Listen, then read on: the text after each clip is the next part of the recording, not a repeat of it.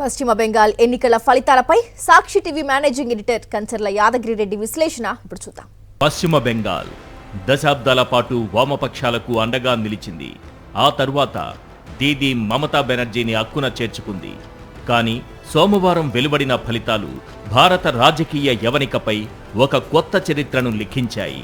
ప్రధాని నరేంద్ర మోడీ సారథ్యంలోని భారతీయ జనతా పార్టీ అసాధ్యమనుకున్న బెంగాల్ కోటను బద్దలు కొట్టింది. ఇది కేవలం ఒక రాష్ట్ర ఎన్నికల ఫలితం కాదు, భారత ప్రజాస్వామ్యాన్ని తనదైన శైలిలో మార్చాలనుకుంటున్న బీజేపీకి దక్కిన అతిపెద్ద విజయం.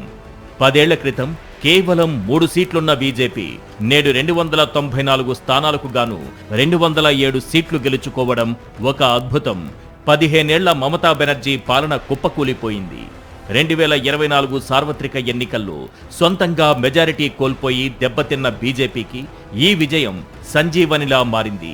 హర్యానా, మహారాష్ట్ర, బీహార్లలో గెలుస్తూ వస్తున్న బీజేపీకి బెంగాల్ విజయం కిరీటంలో మణిలాంటిది.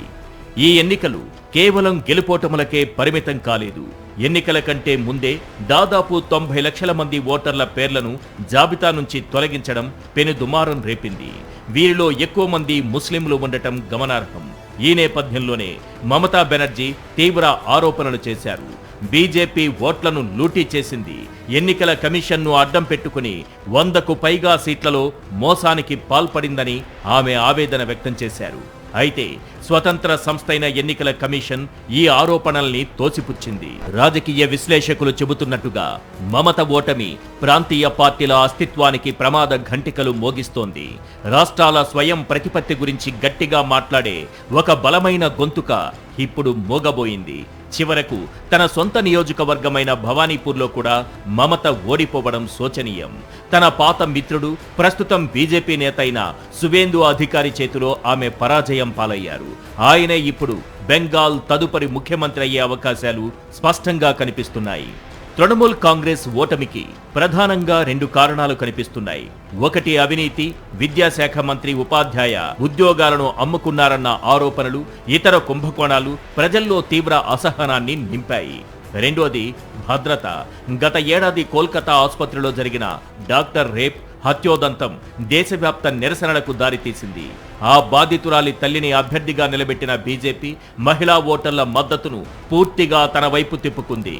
దీదీ మంచిదే కానీ ఆమె పార్టీ అవినీతిమయం, పరిశ్రమలను తరిమేశారన్న సామాన్యుడి మాటలే బెంగాల్లో ప్రతిధ్వనించాయి. ఒకప్పుడు బ్రిటిష్ ఇండియాకు రాజధానిగా, లౌకికవాదానికి, కమ్యూనిస్టు ఉద్యమాలకు కేంద్రంగా ఉన్న బెంగాల్ ఇప్పుడు హిందుత్వ రాజకీయాల వైపు మొగ్గు చూపడం దేశ రాజకీయాల్లో ఒక పెద్ద మార్పు. మమత బెంగాలీ సంస్కృతిని రక్షించాలని పిలుపునిచ్చిన ప్రజలు మాత్రం ఉద్యోగాలు మరియు అభివృద్ధికే ఓటు వేశారు. దక్షిణాది రాజకీయాల్లో తమిళనాడు ఎప్పుడూ ఒక ఉద్వేగభరితమైన ప్రయోగశాలే. కరుణానిధి, జయలలిత వంటి దిగ్గజాల తరువాత శూన్యంగా మారిన ఆ గడ్డపై ఇప్పుడు దళపతి విజయ్ ఒక ఆశగా నిలిచారు.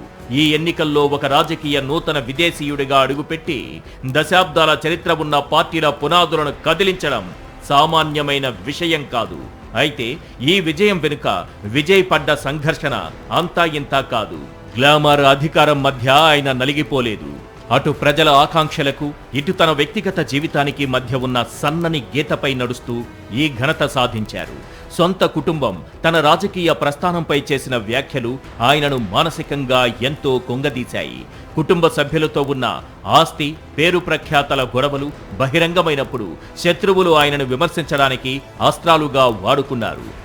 కానీ తన ఇంట్లో రగులుతున్న ఆవేదనను దిగమింగుకుని బయట ప్రజల కోసం నిలబడ్డ విజయ్ తీరు చూసి తమిళ తంబీలు ఫిదా అయ్యారు. ఆయన గెలుపు వెనక కేవలం స్టార్డమ్ మాత్రమే లేదు, ఒంటరిగా నిలబడి పోరాడిన ఒక వ్యక్తి తాలూకు నిశ్శబ్ద ఆవేదన కూడా ఉంది. ఇక చివరిగా కేరళం. అక్కడి రాజకీయాల గురించి చెప్పాలంటే అది ఎప్పుడు ఎల్డీఎఫ్, యూడీఎఫ్ మధ్య సాగే హోరాహోరీ పోరాటం. కానీ ఈసారి దేవుడి సొంత గడ్డపై కమలం పువ్వు వికసించిన తీరు రాజకీయ విశ్లేషకులను సైతం ఆశ్చర్యానికి గురిచేస్తోంది. కమ్యూనిస్టు భావజాలం బలంగా ఉన్న కేరళలో బీజేపీ తన ప్రాబల్యాన్ని పెంచుకోవడం అంటే అది ఒక భావజాల విప్లవమే అని చెప్పాలి. క్రైస్తవ మైనారిటీలతో చేతులు కలుపుతూ మోడీ గ్యారంటీని కేరళంలో ఇంటింటికి తీసుకెళ్లడంలో ఆ పార్టీ సఫలమైంది. పశ్చిమ బెంగాల్లో సాధించిన భారీ విజయంతో పోలిస్తే కేరళంలో వచ్చిన ఓట్ల శాతం అతి తక్కువే కావచ్చు. కానీ కేరళం ఓటరు మధ్యలో బీజేపీ ఒక బలమైన ప్రత్యామ్నాయంగా ముద్ర వేయడం మాత్రం ఆ రాష్ట్ర భవిష్యత్తు రాజకీయాల్లో పెనుమార్పులకు సంకేతం. అజేయమైన కోటలుగా భావించిన నియోజకవర్గాల్లో కూడా బీజేపీ ఓట్ల శాతం పెరగడం చూస్తుంటే కేరళంలో మార్పు మొదలైందని స్పష్టమవుతోంది. మొత్తంగా చూస్తే ఈ ఎన్నికల ఫలితాలు భారత రాజకీయ యవనికపై ఒక నూతన శకాన్ని ఆవిష్కరించాయి. అజేయమని భావించిన మమతా బెనర్జీ సామ్రాజ్యం కూలిపోవడం, అస్సాం నుంచి కేరళం దాకా బీజేపీ తన ప్రభావాన్ని విస్తరించుకోవడం కేవలం ఒక పార్టీ గెలుపు మాత్రమే కాదు, అది దేశంలో మారుతున్న సామాన్యుడి ఆకాంక్షలకు నిదర్శనం. ప్రాంతీయ భావోద్వేగాలు, సంస్కృతి పేరుతో చేసే రాజకీయాల కంటే అభివృద్ధి, భద్రత, అవినీతి రహిత పాలనే ముఖ్యమని ఓటర్లు తీర్పునిచ్చారు. అటు తమిళనాడులో విజయ్ వంటి కొత్త తరం నాయకుల రాక, ఇటు బెంగాల్లో కాషాయ జెండా రెపరెపలు వెరసి 2026 నాటి ఈ రాజకీయ చిత్రం దేశ భవిష్యత్తును సరికొత్త తీరాలకు తీసుకెళ్లేలా కనిపిస్తోంది. పాత వ్యవస్థలు పోయి ప్రజాస్వామ్య సంస్థల పట్ల విశ్వాసం పెరిగేలా ప్రజలిచ్చిన ఈ తీర్పును రాజకీయ పక్షాలు ఎలా గౌరవిస్తాయో వేచి చూడాలి.